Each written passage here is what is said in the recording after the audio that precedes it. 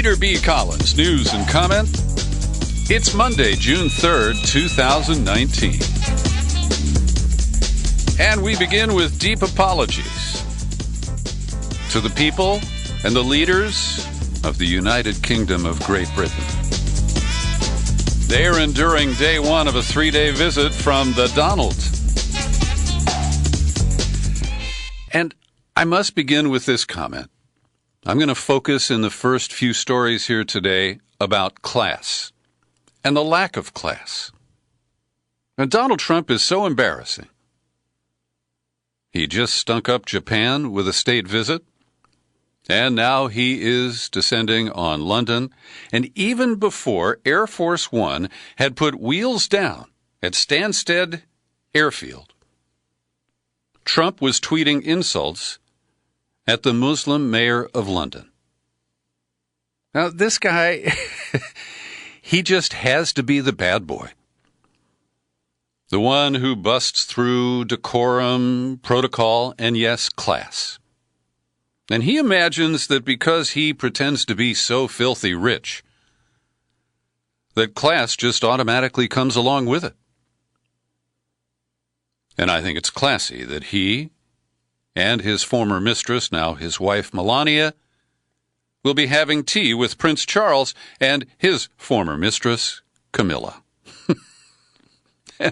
Melania had 4 different outfits in the first 4 hours of being in London, at least from what I could see. And in the picture that was taken with Queen Elizabeth, everyone is very serious.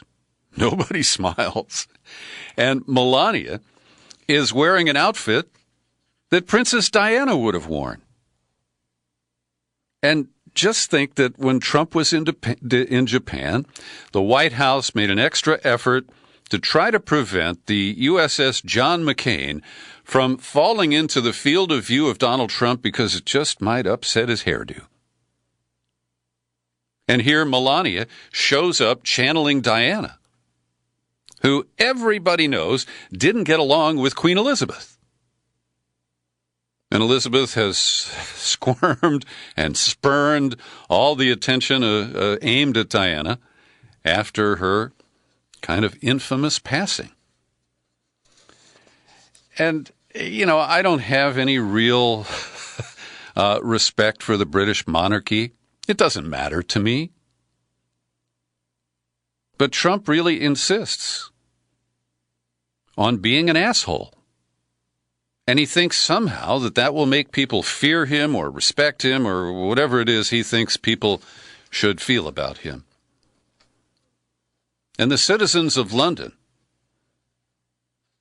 are bitterly opposed to this visit. There are many protests planned, including the baby Trump blimp that is flying over London today. And in order to avoid even seeing those protesters, because we know how that could damage the bubble that Donnie lives in, he used a helicopter for the 3-mile flight from the American ambassador's residence to Buckingham Palace. And just as a note, when Obama made that trip, he used a motorcade, and people on the streets of London were all waving and happy to see him. And Trump knew what kind of a reception he might get. So Sadiq Khan is the Lord Mayor of London, and it's not a very powerful post. But Trump elevates it for the purpose of insulting the man, and he's tweeted insults to him before. So just before he lands, Trump, tweet, Sadiq Khan, who by all accounts has done a terrible job as mayor of London, has been foolishly nasty to the visiting president of the United States, by far the most important ally of the United Kingdom. He is a stone-cold loser who should focus on crime in London, not me. Now, how could Sadiq Khan be nasty to Trump when he hasn't even arrived? Then there was the follow-up insult. Khan reminds me very much of our very dumb and incompetent mayor of New York City, de Blasio, who's also done a terrible job. Only half his height. Now, de Blasio's the tall one. I don't know the actual height of Sadiq Khan, and I don't care. So, this is the kind of greeting that our president delivers. And as an American, I am deeply embarrassed and highly apologetic to the people of Britain. And Trump had to take a pot shot, at CNN. I don't know why. Just arrived in the UK. The only problem is CNN is the primary source of news available from the US. After watching it for a short while, I turned it off. So fucking what? Sorry. I apologize for my language. I tried to maintain some class here in the face of a déclasse president. So the plan tomorrow, he's going to meet with Theresa May. Pointless meeting. He'll, of course, insult her over Brexit. Then Wednesday morning, he'll travel to the southern city of Portsmouth for a D-Day commemoration. Then he flies to Ireland so that at taxpayer expense, he can pay a visit to one of his properties, the Trump International Golf Course in Doonbeg. Again, we are deeply embarrassed. Now, here is an example of class coming from the new president of Mexico in the face of Trump's brutal assault threatening tariffs, which, of course, will penalize the U.S. economy and American consumers to pressure Mexico to stop Guatemalans from attempting to travel to the United States. And AMLO, whose full name is Andre Manuel Lopez Obrador, wrote, President Donald Trump, I am aware of your last position in relation to Mexico. In advance, I express to you that I do not want confrontation. The peoples and nations we represent deserve that in the face of any conflict in our relations, however serious they may be, we will resort to dialogue and act with prudence and responsibility. Then he cites Abraham Lincoln and Franklin Delano Roosevelt, and he says FDR was a titan of liberties. Before anyone proclaimed the four fundamental rights of man, the right to freedom of speech, the right to freedom of religion, the right to live free from fear, and the right to live free from misery. In this thought, we put our policy on the immigration issue. Human beings do not abandon their villages for pleasure, but for necessity. That is why, from the beginning of my government, I proposed opting for cooperation for development, helping the Central American countries with productive investments to create jobs and resolve this painful issue in depth. You also know that we are fulfilling our responsibility to avoid, as far as possible and without violating human rights, the passage through our country. Now, some of this suffers from the translation, but I'm not trying to anglicize it because I want you to hear it in its original tone. He continues, it's worth remembering that in a short time, Mexicans will not need to go to the United States and that migration will be optional, not forced. That's because we're fighting corruption, the main problem in Mexico, as never before. Our countrymen will be able to work and be happy where they were born, where their relatives are, their customs, and their cultures. President Trump, social problems are not resolved by taxes or coercive measures.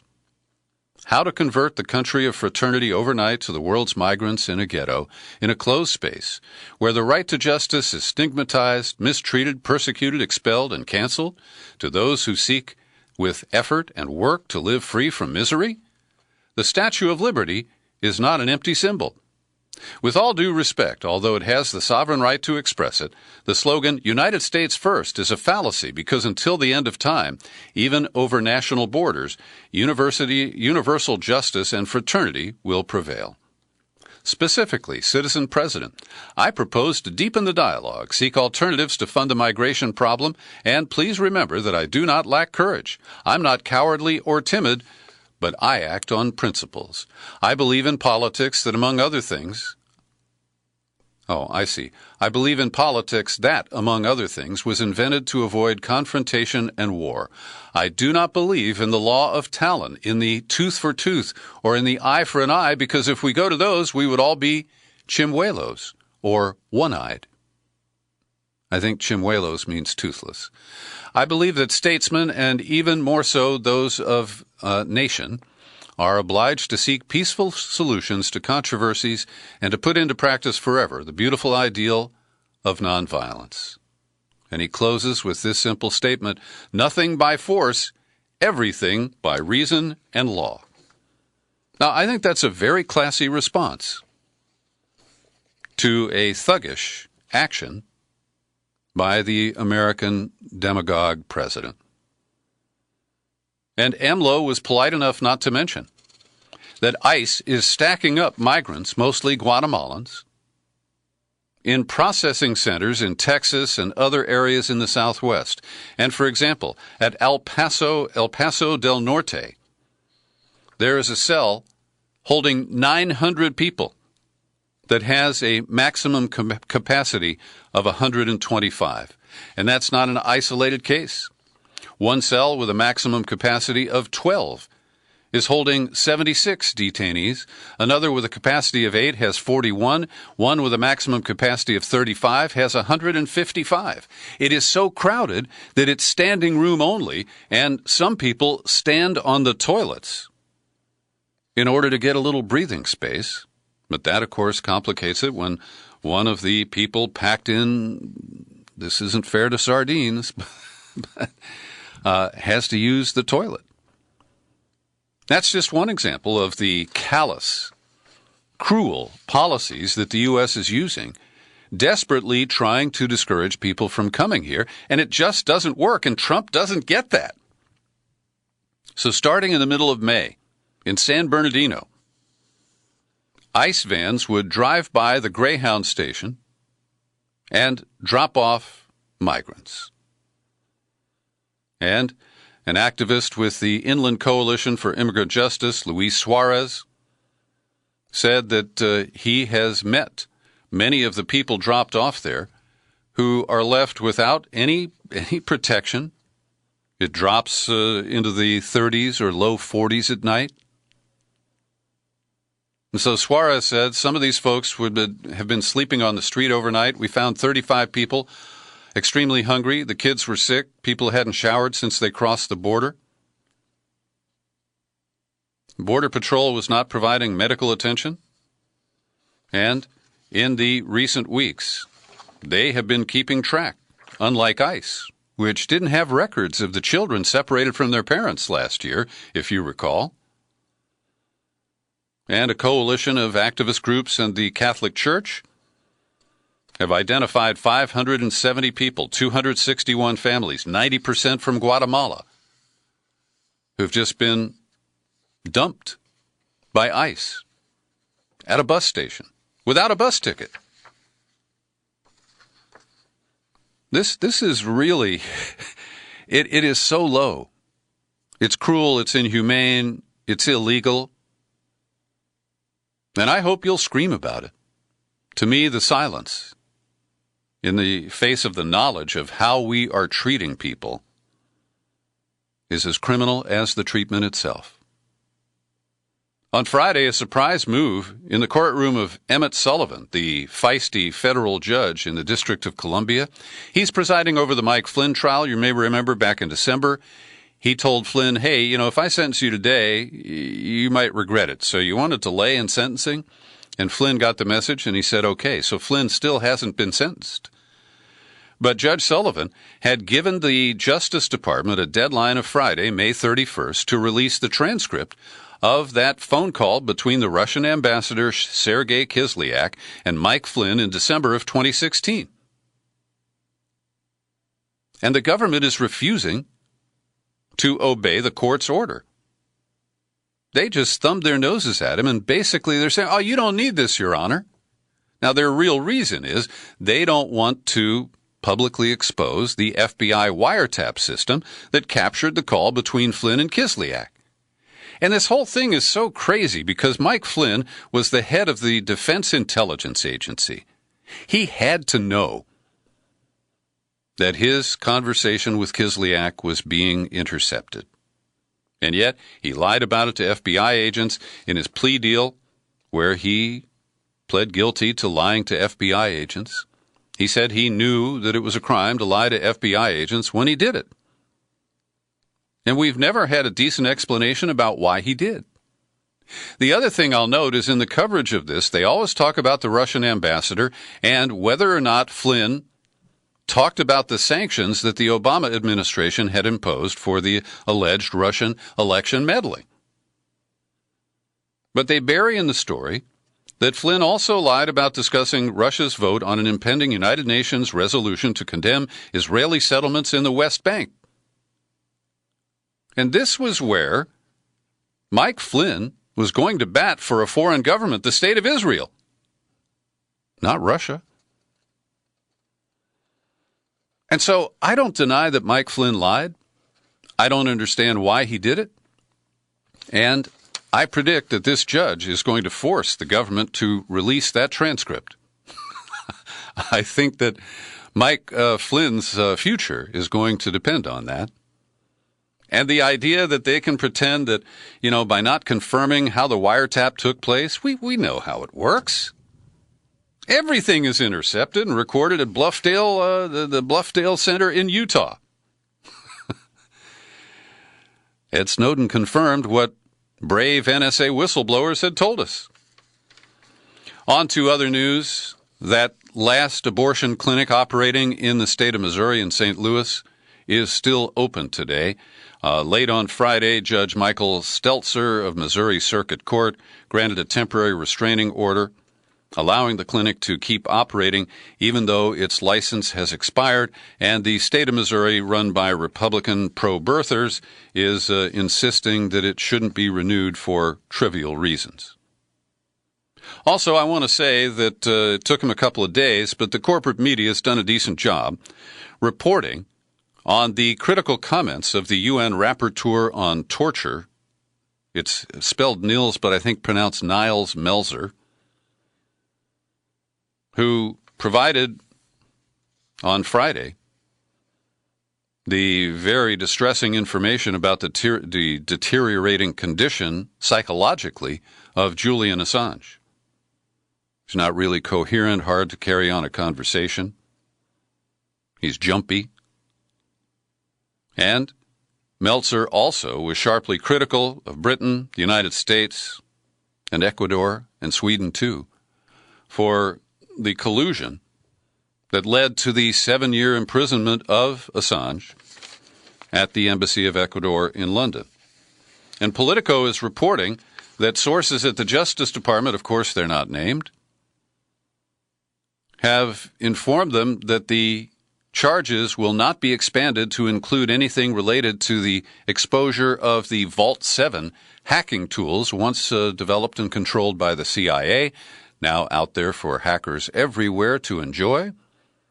And that is good news because, that's a very serious charge. It's more recent, and it just packs a little more wallop because of the various agencies involved.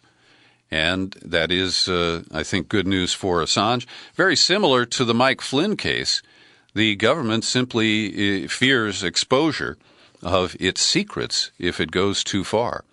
This Politico story also cites Marcy Wheeler, the blogger who had reported in February of this year that DOJ would very clearly go after Assange for the Vault 7 disclosure. And that's not the first time Marcy Wheeler has been wrong in the Russiagate era. So I report that to you with some satisfaction. Also, Kevin Gostola has the details on legal filings by the lawyers for Chelsea Manning that were filed on Friday. And I reported on this if you happen to be watching the video vigil for Julian Assange at consortiumnews.com. So the lawyers are challenging the judge's threat to fine $500 a day Chelsea Manning for refusing to testify against Assange to the grand jury. And this becomes a punitive measure that is not allowed under the contempt of court rules. And so I believe this is extrajudicial and beyond the pale. The government has now indicted Assange on 18 very serious counts, without the benefit or apparent need for Ms. Manning's testimony. The government's extradition packet must be submitted in finalized form very soon. Any investigation of him after that point will be nugatory. I don't know that term. Nugatory? Nugatory?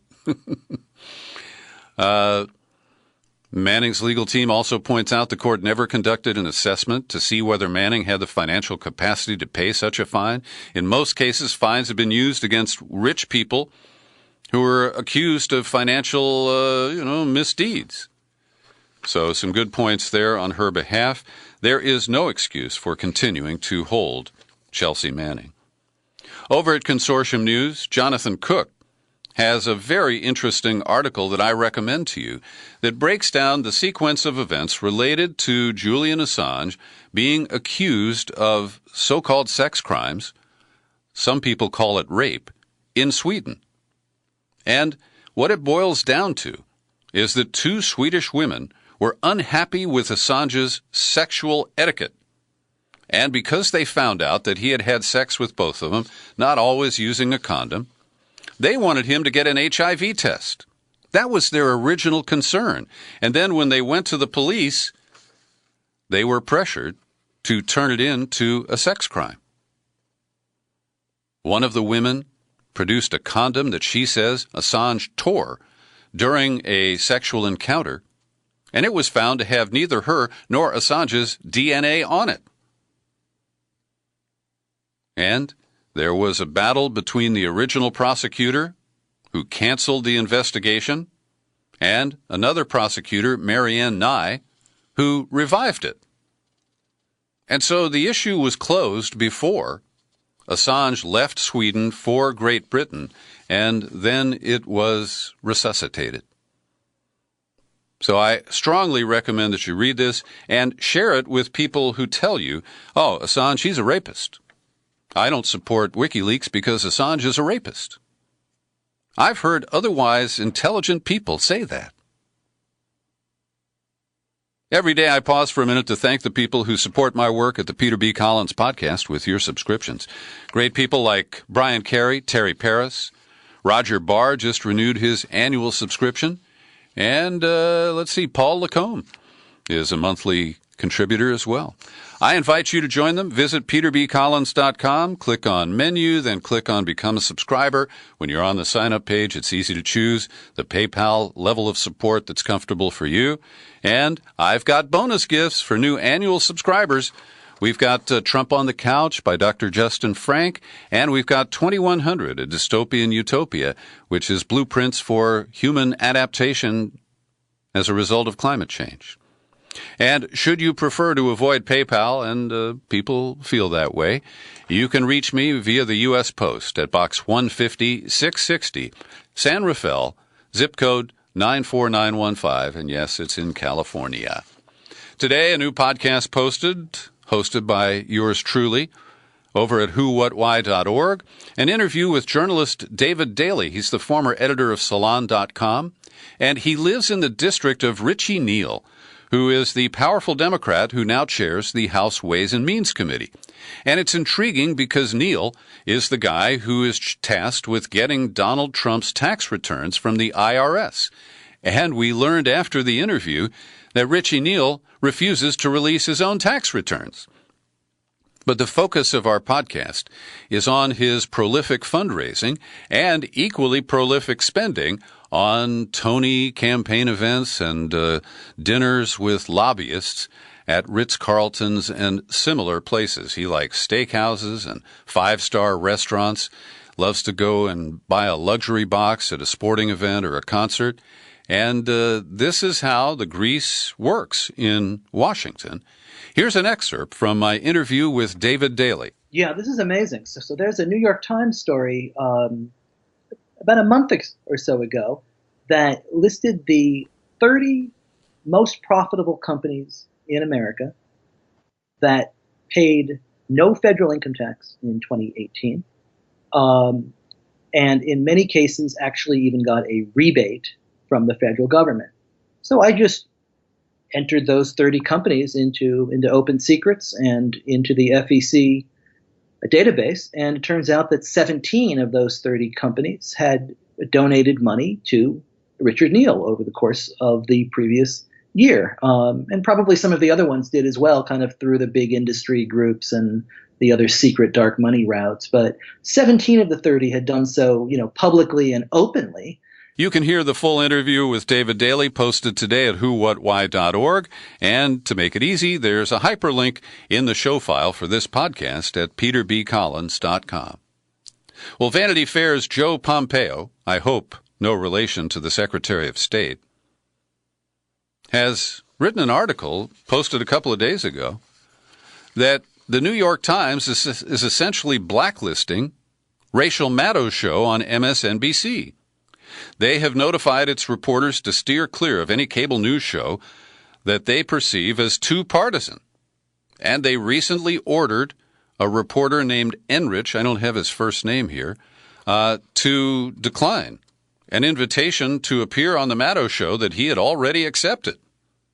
Now, this is the New York Times that was hand in glove, Siamese twins with Rachel Maddow, hyping the latest leak-based disclosure in the Russiagate narrative. And she would alternate between reporters of the Times and reporters of the Washington Post, who were often reporting leaks from the same people on the same day and pretending that they were different sources. And so this is stunning to see the executive editor of the Times, Dean Baquet, decide that Rachel Maddow is too opinionated, too biased. Wow. Words do fail me at times. We had a big party in San Francisco this weekend, the state Democratic Convention, and 14 of the would-be presidential Democrats showed up. Elizabeth Warren appeared to capture the interest of most of the attendees. Not all are delegates, but most are. Kamala Harris tried to gain traction here in her hometown, her home base. But some guy jumped on the stage and grabbed the mic away from her during the middle of her talk. Joe Biden was a no-show. Most agreed that he just would have gotten attacked by all the other candidates. And I find it interesting that Nancy Pelosi gave a speech, and she was warmly received. This is her home base, after all. But when she talked about impeachment, they didn't boo her. They just shouted impeachment or impeach him, impeach him, impeach him. And then Tom Steyer, the San Francisco-based billionaire who has spent over $50 million on TV ads promoting impeachment, he gave a speech, but when he finally got to the point of demanding impeachment, they played him off the stage with loud music. It could be simply that he had overrun his time slot. That could be. Let's see who else. John Hickenlooper. He really came to San Francisco hoping for a kind of Bill O'Reilly moment, using a backdrop of liberal San Francisco with our homeless problems to declare that socialism is too far for Democrats and it would lead to a big loss. Quote, if we want to beat Donald Trump and achieve big progressive goals, socialism is not the answer. Now, he hopes that will break him out into contention with the moderate Joe Biden in other parts of the country. Nice try, Hickenlooper. But I want to praise a couple of the people who spoke, in particular Julian Castro, former Secretary of HUD, and Elizabeth Warren. Now, Warren has become identified with her many policy proposals. I think that's a good way to run for president, and I agree with most of them. She's getting some traction on her call to break up the tech giants. It's announced today that the Justice Department is going to investigate Google for antitrust, and the Federal Trade Commission will investigate Amazon, and we believe Facebook. And I think that's good news. Of course, these investigators who work for Trump and Bill Barr, it's kind of hard to get too excited about them. I also want to single out Castro because he gave a speech, the only one, who took on police misconduct, police brutality, the shooting deaths of unarmed black men by armed officers. And it's an issue I care deeply about, and I give Julian Castro, who I've also given $1 to get him into the debates, I give him credit for bringing this up. And over at BuzzFeed today, I've linked to their article, and it's a relief from all the celebrity listicles that they run at that site. But they got in touch with a group called the Plainview Project, launched by Philadelphia lawyer Emily Baker White. She was able to examine the Facebook accounts of almost 3,000 officers from 8 police departments across the country and 600 retired officers from the same departments. And some of the tasteless Facebook posts that she identified. Here's a Dallas police sergeant writing about a homicide at a dollar store. Just another savage that needs to be exterminated. Execute all involved, he said. Reuben Carver, a Phoenix officer, posted, "It's a good day for a chokehold." St. Louis officer Thomas Mabry shared a false news report that distorted an incident in which a woman police officer was shot in Lebanon, Ohio.